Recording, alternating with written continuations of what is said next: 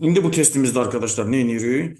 Mürəkkəb fonksiyonların bəzilərini izah eləyirəm. Bəzilərinin pratik qaydalarını izah eləyəcəm. Bəzilərini işte bu şəkildə. İndi fog 3-ə baxaq. Deməli uşaqlar, fog nə demək idi? F birləşir nə ilə? J ilə. 2x, bir saniyə Mehrab da gəldi. Minus 2 ilə. Fog nə idi uşaqlar? İkincini tamamen birincidə x-in yerinə qoyuruq. 2x plus 2, üzr istəyirəm. 2x minus 2 hara getdi? 2x minus 2'ni yerine koyuyorum, üste gelsin 3'te. Olur ne? 2x üste gel 1. Tamam, aldığımız fogda da yerine neye koyuyoruz? 3'ü koyuyoruz. 2 3'ün 6, üste gel 1 ne elədi? 7 elədi. Yani B bənd. Davam edirəm. Amma bu dəfə ikinci misalda fərqli bir metodla eləyəcəm. Keçən dəfə dərsdə konu anlatımında demişdim. Yəni fogu tapmıram, J5'i tapıram. 5'i yerine koyanda eləyir 3. Yəni J5 getdi, yerinə 3 gəldi. İndi də F3'ü tapıram. 3'ü yerinə qoyanda 2 3'ün 6, 6'dan 1 çıxanda nə elədi? 5 elədi. Bax, hər iki metodu izah elədim. Amma ikinci metod, yəni ikinci sorudakı metod daha uyğundur. Çünki bir də əlavə işlem toplama, çıxma, şu bu ehtiyac yoxdur uşaqlar. Gəldik üçüncüyə. Nə deyir? FOF tapmaq lazımdır. Sadəcə FOF-u. Bu da nə olacaq o zaman? F, yəni 3x çıxılsın 1'i. Birləşdirirəm nə ilə? 3x çıxılsın 1 ilə. İndi bərabərdir 3 çarpı x'in yerinə. 3x minus 1 minus 1 yerinə qoyuram. Olur nə? 9x çıxılsın 3 çıxılsın 1. O da nə edir? 9x çıxılsın 4. Yani D bəndi.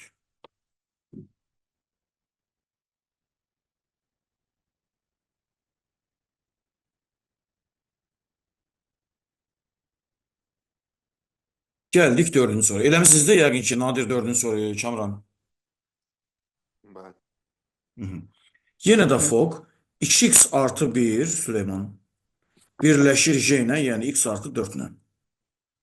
O da nə olacaq? İkincini birincidə x'in yerinə qoyuram. 2 vurulsun. X üstə gəl 4. Üstə gəlinsin 1'ə. 2x üstə gəl 4. 2'yə çarpdığımız zaman 8, o da 1 elədi nə? 9. Yani C bəndi.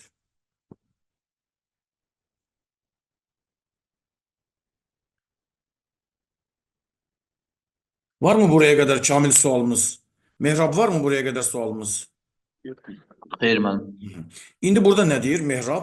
Fogu 6'ya bərabərləyəcək. Gəlin 6'ya bərabərləyə. Yəni burada M oldu, X oldu, onun çok bir önemi yoktur. Fog ne deməkdir? İkincini birincidə, yəni X minus 8'i birincidə X'in yerinə qoyuram. Tamam, qoydum. Bərabərdir 6'ya. X çıxılsın 4 bərabərdir 6'ya. X bərabərdir neçəyə? 10'a.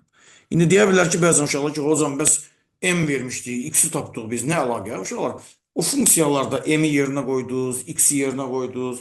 Yəni o dəyişənin heç bir importantlığı yoxdur. Importantlıq bizdə nədir Kamran? Vacibliyi.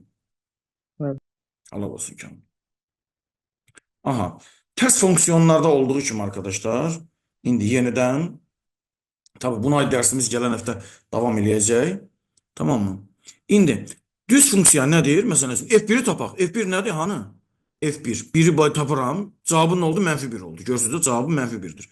İndi bu getdi, yerinə F -1 gəldi. F -1 nədir bəs? Burada -1 0 olur. Üstə gəlinsin. Bəs tərs funksiya olanda nə edirik uşaqlar? Tərs funksiya olanda tərsinə, yəni bu dəfə cavabı götürürük. Özünü tapırıq. 2 isə də 0 gələndə nə edir? 2 edir, yəni D bəndi. Bax, bu soruyu və bu sorudakı hər hansı bir məqamı anlamayacaq olan var mı çocuklar?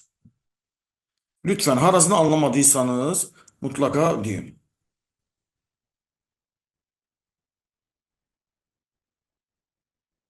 Xahiş edirəm uşaqlar. Zannedersem no problem. Bura getdi bu kalemim benim. Evet, devam eləyirəm uşaqlar. 7-ci sual. F1. F1 nə deyir uşaqlar? Deyir ki, F1, eğer burada verilen bir ədədi tək isə ikinci sətri, cüt isə birinci sətri istifadə edir. Yəni, tək olduğuna görə yerinə birinci sətri istifadə edir. Yəni, 4'ü 1'ə vuranda elə 4. İndi gəldik F4'ə. 4 çift olduğu üçün 4'ü burada yerinə qoyuruq. 4 2 8, 8'in isə 3 gələndə nə elədi uşaqlar? 11 A bəndi. Kamil, Süleyman, Nadir, haranı başlamadınız bu sualda? Seçtim. Geldik 8'e. Güzel bir soru. Buna da sual demiştik. Kesinlikle J0 isteyecek. Süleyman Lemsen de yəqin ki bu sualı. Bəli. J0. J0 olabilmesi için Kamran x'in yerine -2 koymamız lazım. -2 koymamız lazım. Tamam. Koyduk. -6 üstə gəl 1 elədi -5. Oldu ne? F -5. Burada -5'i yerine koyuyoruz. -20 üstə gəliyoruz. Ne elədi? -17 yani C bəndi. Var mı arkadaşlar bu sualda bilmediğiniz, anlamadığınız?